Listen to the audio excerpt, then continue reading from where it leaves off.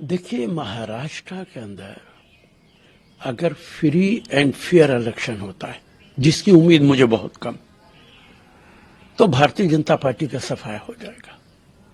लेकिन आज बड़ा सवाल है कि इलेक्शन कमीशन किस तरह चुनाव कराता है।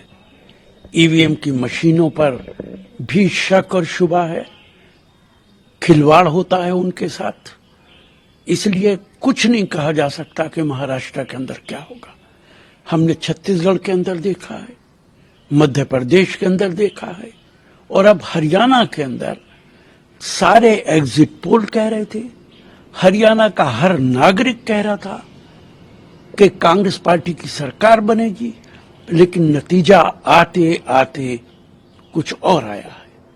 इसलिए महाराष्ट्र के अंदर सारे विपक्ष को दबाव बनाना चाहिए कि ईवीएम से चुनाव न होकर बैलेट पेपर से चुनाव हो, वरना मुझे शक है कि महाराष्ट्र के अंदर भारतीय जनता पार्टी की सरकार और इलेक्शन कमीशन कुछ भी कर सकते हैं। मेरा कहना है कि अगर इस्राइल 600 किलोमीटर दूर से घर बैठे बैठे पेजर और वॉकी टॉकी के जरिए लोगों को मार सकता है, तो ईवीएम की तो कोई औकात ही नहीं है।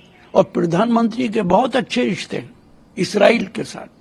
इस्राइल इन मामलात के अंदर एक्सपर्ट है, इसलिए ईवीएम का बड़ा खेल कहीं भी हो सकता है, और उसके लिए भारतीय जनता पार्टी चुनाव से पहले ये सारे काम कर लेती है। कई भारतीय मूल के जो नागरिक हैं वो कनाडा। देखिए, बहुत चिंता की बात है जब 6 डिप्लोमेट्स को भेजा जाता है, कोई भी कंट्री भेजता है, तो इसका पता चलता है कि उस कंट्री के साथ हमारे रिश्ते ठीक नहीं है।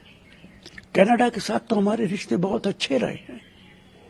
आज इस हद तक हमारे रिश्ते खराब हो गए कि 6 डिप्लोमेट्स को भेजना पड़ रहा है। तो भारतीय जनता पार्टी जो कहती थी पूरी दुनिया में डंका बज रहा है मोदी साहब का, क्या ये वही डंका है?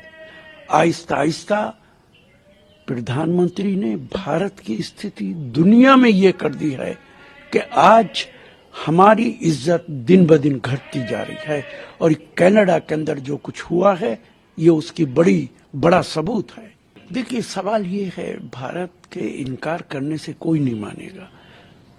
कनाडा को चाहिए कि सबूत दे अगर इसके अंदर हमारा हाथ है, और भारत सरकार को चाहिए कि उन सबूतों को देखे और इस बात को क्लैरिफाई करे, क्योंकि इससे सिर्फ कनाडा नहीं पूरी दुनिया के अंदर हमारी बदनामी होती है। ऐसा वाकया सिर्फ कनाडा के अंदर नहीं हुआ है, कई मुल्कों के अंदर इस तरीके के वाकयात हुए हैं। अमेरिका में भी हुए हैं, पाकिस्तान में भी हुए हैं, जिन पे हम पर इल्जाम लगाया जाता है। तो ये बात पहले कभी नहीं होती थी, बीजेपी की सरकार के अंदर ही ये होना शुरू हुआ। तो इसलिए इसे बहुत सीरियसली लेना चाहिए। क्या आपको लगता है सर कि विदेश जो मामले होते हैं उसमें सरकार को जरूरत है कि अपोजिशन को भी साथ में रखे, उनको भी पूरी जानकारी दे? देखिए, विदेश में नहीं, भारत में भी आप जो कुछ कर रहे हैं, लोकतंत्र है, आप विपक्ष को इत्मीनान में लेना चाहिए, कॉन्फिडेंस में लेना चाहिए। यूपीए की सरकार में जो भी कानून बनते थे, हम हमेशा विपक्ष को कॉन्फिडेंस में लेते थे। इनके लीडर ऑफ अपोजिशन अगर अमेंडमेंट चाहते थे वो अमेंडमेंट कर देते थे।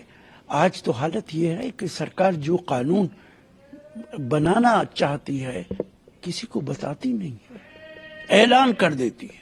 3 तलाक का कानून आपने किसी से मशवरा नहीं किया, किसानों का कानून आपने किसी से मशवरा नहीं किया, कश्मीर का 370 आपने किसी से मशवरा नहीं किया। अब वक्फ चल रहा है, पहले ही कह रहे हैं अमित शाह कि हम विंटर सेशन के अंदर पास कर देंगे। तो अगर आप विंटर सेशन में पास करेंगे तो ये जेपीसी क्या कर रही है? तो ये लोकतंत्र के परागचे उड़ा रहे हैं, और ऐसा लगता है कि भारत के अंदर तानाशाही है। सर, मीटिंग के लिए आज से पाकिस्तान में रहेंगे, इस्लामाबाद में। तकरीबन 9 वर्षों के बाद भारत सरकार का कोई मंत्री पाकिस्तान। देखिए, एक तरफ ये सरकार कहती है कि पाकिस्तान से हम कोई बात नहीं करेंगे, और अब हमारी विदेश मंत्री मीटिंग में जा रहे हैं, तो क्या वहां जबानें बंद करके बैठेंगे? बात तो करनी पड़ेगी। आप ऐसा नहीं है कि पाकिस्तान में जाएंगे और पाकिस्तान से बात ही नहीं करेंगे, आंखें और कान बंद करके बैठ जाएंगे। एक तरफ आप कहते हैं हम पाकिस्तान से बात नहीं करेंगे, दूसरी तरफ हमारा विदेश मंत्री पाकिस्तान जा रहा है। भारत सरकार की जो फॉरेन पॉलिसी है वो भारत सरकार की ही समझ में नहीं आती है, और हमने अपने सारे पड़ोसियों को अपने खिलाफ कर रखा है। बांग्लादेश के अंदर क्या हुआ आपने देखा, पाकिस्तान हमारा दुश्मन है, चाइना हमारा दुश्मन है, नेपाल हमें पसंद नहीं करता, लंका हमारे खिलाफ है, म्यांमार ने हमारे फौजियों को भगा दिया। ये कौन सी फॉरेन पॉलिसी है? देखिए, लगातार चुनाव हारते हारते इनके पैरों की नीचे से जमीन खिसक गई है। बाकी नेताओं की तो बात छोड़ दीजिए, जब राष्ट्रीय अध्यक्ष कांग्रेस पार्टी के मल्लिकार्जुन खड़गे खड़क गए हैं, खड़क खड़क के बोल रहे हैं, तो बाकियों की बात क्या करनी है? ये राशिद अलवी फलवी ये सब भारत विरोधी बयान, ऐसी बयानीबाजी करेंगे जो कि भारत विरोधी ताकतों को अच्छी लगे।